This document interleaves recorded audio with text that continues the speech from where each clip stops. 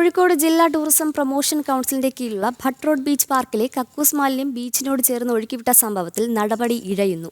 4 ദിവസം പിന്നിടുമ്പോഴും വിഷയത്തിൽ കരാറുകാരന് നോട്ടീസ് നൽകുകയല്ലാതെ പോലീസോ കോർപ്പറേഷനോ യാതൊരു നടപടിയും കൈക്കൊണ്ടില്ല എന്നാണ് ആക്ഷേപം. ഗുരുതര ആരോഗ്യ പ്രശ്നങ്ങൾക്ക് കാരണമായേക്കാവുന്ന നിയമലംഘനം നടന്നിട്ടും അധികാരികൾക്ക് മിണ്ടാട്ടമില്ല. പൊതുസ്ഥലങ്ങളിലും ജലാശയങ്ങളിലും മാലിന്യം വലിച്ചെറിയുന്നവർക്കെതിരെ തദ്ദേശ സ്വയംഭരണ വകുപ്പ് കർശന നടപടിയും പിഴയും ഈടാക്കുന്ന സാഹചര്യം നിലനിൽക്കെയാണ് ഒരു ടാങ്കിലെ കക്കൂസ് മാലിന്യം പൊതുസ്ഥലത്ത് ഒഴുക്കിയ സംഭവത്തിൽ നടപടി വൈകുന്നത്. സംഭവം നടന്ന് 4 ദിവസത്തിനപ്പുറവും DTPCക്ക് നോട്ടീസ് നൽകിയതല്ലാതെ യാതൊരു നടപടിയും കോർപ്പറേഷൻ സ്വീകരിച്ചില്ല. കരാറുകാരനെതിരെ നടപടിയെടുക്കാൻ പോലും കോർപ്പറേഷൻ ഇതുവരെ തയ്യാറായിട്ടില്ല. അത് വലിയ പിഴ ചുമത്താവുന്ന കുറ്റമാണ്. പക്ഷെ എന്നിരുന്നാലും ഒരു താക്കീത് കൊടുത്തു വിടുന്ന ഒരു പ്രവണത, ആ പ്രവണതയല്ല നമ്മുടെ കോഴിക്കോട് കോർപ്പറേഷന് വേണ്ടത്.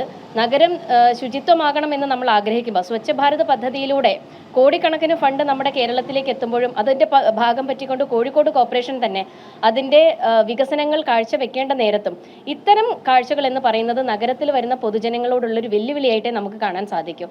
നിരവധി കച്ചവട സ്ഥാപനങ്ങൾ ആ പ്രദേശത്തുണ്ട്.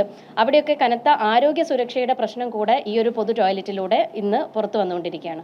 കക്കൂസ് മാലിന്യം പുറത്തേക്ക് ഒഴുക്കിവിട്ട സ്ഥലത്തെ മാലിന്യം എടുത്തുമാറ്റി അതിനു മുകളിൽ പൂഴി നിരത്തിയ നടപടി മാത്രമാണ് നിലവിൽ ഇവിടെ സ്വീകരിച്ചിട്ടുള്ളത്.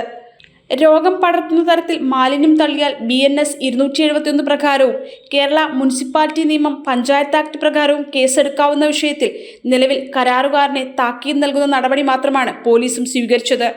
ഈ പ്രശ്നത്തെ ജില്ലാ അധികൃതർ അല്ലെങ്കിൽ ഇതിൻ്റെ ഭരണകൂടം ഇത് ഒരു നിസ്സാരവൽക്കരിക്കുകയാണ് ചെയ്തത്. ഈ ഒരു വിഷയത്തിൽ പോലീസ് എന്ത് നടപടിയെടുത്തു എന്നത് പരാതി കൊടുത്ത പരാതിക്കാരിയായ എന്നെ അറിയിച്ചിട്ടില്ല. അത് പ്രതിഷേധാർഹമാണ്. ഇത് സംബന്ധിച്ച് ഒരു പുണ്യഭൂമിയാണ്, ബലിതർപ്പണ ഭൂമിയാണ്. അവിടെയാണ് മലിനപ്പെടുത്തിയത്. അതാരും ഞങ്ങളെപ്പോലത്തെ ഞങ്ങൾ നെന്നത്ത്. അത് എത്രയും ഗൗരവമായിട്ട് കോർപ്പറേഷൻ എടുക്കണം. ഇത് നാളെ ഇതൊരു വർഗീയമായിട്ടോ മറ്റൊരു രീതിയിൽ ചിന്തിച്ചിടാന്നില്ല. അതാണ് നമ്മളെപ്പോഴും ഗൗരവത്തിലെടുക്കേണ്ടത്. ഇത് നല്ലൊരു രീതിയിൽ അത് അച്ചടക്കത്തോടെ കഴിഞ്ഞ് സംഭവം കഴിഞ്ഞ് ഇതിന് ആര് കോൺട്രാക്റ്റുകാരുണ്ടാവും, അവരെ കണ്ടെത്തണം. പോലീസുകാർ അവരെ കണ്ടെത്തി അതിന് നിയമപരമായിട്ടുള്ള നടപടികൾ എടുക്കണം. വരയ്ക്കൽ ബലിതർപ്പണ ഭൂമിയോട് ചേർന്നാണ് കെട്ടിടം സ്ഥിതി ചെയ്യുന്നത്. കൂടാതെ 100 കണക്കിന് ആളുകൾ നിത്യേന എത്തുന്ന ഇടം കൂടിയാണിത്. ജനം, കോഴിക്കോട്.